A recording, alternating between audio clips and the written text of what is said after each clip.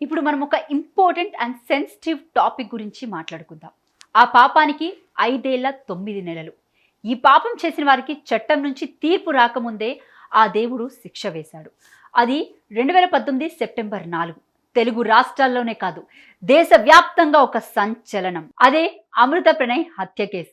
మిర్యాలగూడకు చెందిన పెరుమాళ్ళ ప్రణయ్, తిరునగర్కి చెందిన అమృత వర్షని స్కూలింగ్ నుంచి మంచి ఫ్రెండ్స్. పెరుగుతున్న వయసు కొద్దీ వారి స్నేహం ప్రేమగా మారి పెళ్లి కోసం పెద్దలను ఎదిరించే స్థాయికి వచ్చింది. ప్రణయ్ది తక్కువ క్యాస్ట్ అని అమృత వాళ్ళ ఇంట్లో పెళ్లికి అంగీకరించలేదు. అయినా సరే అమృత తల్లిదండ్రులను ఎదిరించి ప్రణయ్ను చేసుకుంది అమృత. తర్వాత గర్భం కూడా దాల్చింది. అంతా బాగుందనుకున్న టైంలో వారి జీవితంలో అమృత తండ్రి మారుతీరావు విలన్ లా ఎంట్రీ ఇచ్చాడు. అమృతను హాస్పిటల్ చెకప్ కోసం తీసుకెళ్లి వస్తున్న ప్రణయ్ను ఆమె తండ్రి డబ్బులిచ్చి మర్డర్ చేయించారు. హాస్పిటల్ గేటు బయటే ప్రణయ్ని కత్తితో నరికి హత్య చేశారు.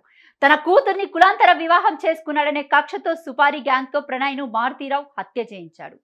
ప్రణయ్ తండ్రి పెరుమల్ల బాలస్వామి ఫిర్యాదు మేరకు పోలీసులు కేసు నమోదు చేసి దర్యాప్తు జరిపారు. ఈ కేసులో మారుతీరావుతో సహా మొత్తం 8 మంది నిందితులపై మిర్యాలగూడ 1 టౌన్ పోలీసులు కేసు నమోదు చేశారు.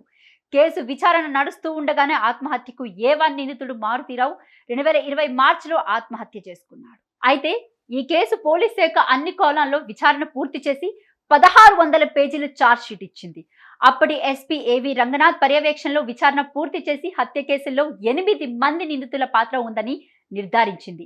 2019 జూన్ 12ను ఛార్జ్ షీట్ దాఖలు చేయగా SC/ST జిల్లా సెషన్ కోర్టు విచారణ ప్రారంభించింది. 5 సంవత్సరాల 9 నెలల కాలం పాటు విచారణ కొనసాగింది.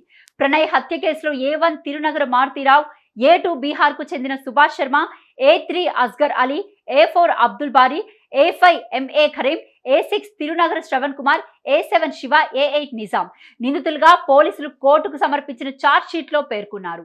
సుభాష్ శర్మ A2, అస్గర్ అలీ A3 విచారణ ఖైదులుగా ఉన్నారు. మిగిలిన 5 నిందితులు బెయిల్పై విడుదలై కోర్టు విచారణకు హాజరవుతున్నారు. పోలీస్ శాఖ సమర్పించిన ఛార్జ్ షీట్ నివేదిక, post mortem report, scientific evidence తో పాటు సాక్షులను న్యాయస్థానం విచారించి తుది తీర్పును ఈ రోజుకి రిజర్వ్ చేసింది. ఈ కేసులో A2గా ఉన్న నిందితుడు సుభాష్ కుమార్ శర్మకు కోర్టు ఉరిశిక్ష విధించింది.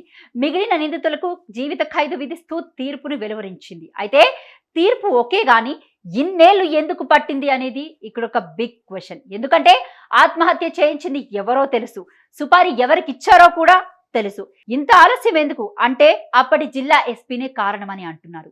అప్పటి జిల్లా ఎస్పీ రంగనాథ్ ప్రస్తుతం హైడ్రా కమిషనర్ గా ఉన్నారు. ఆయన వల్లే తీర్పు ఇంత లేట్ అయిందని అంటున్నారు.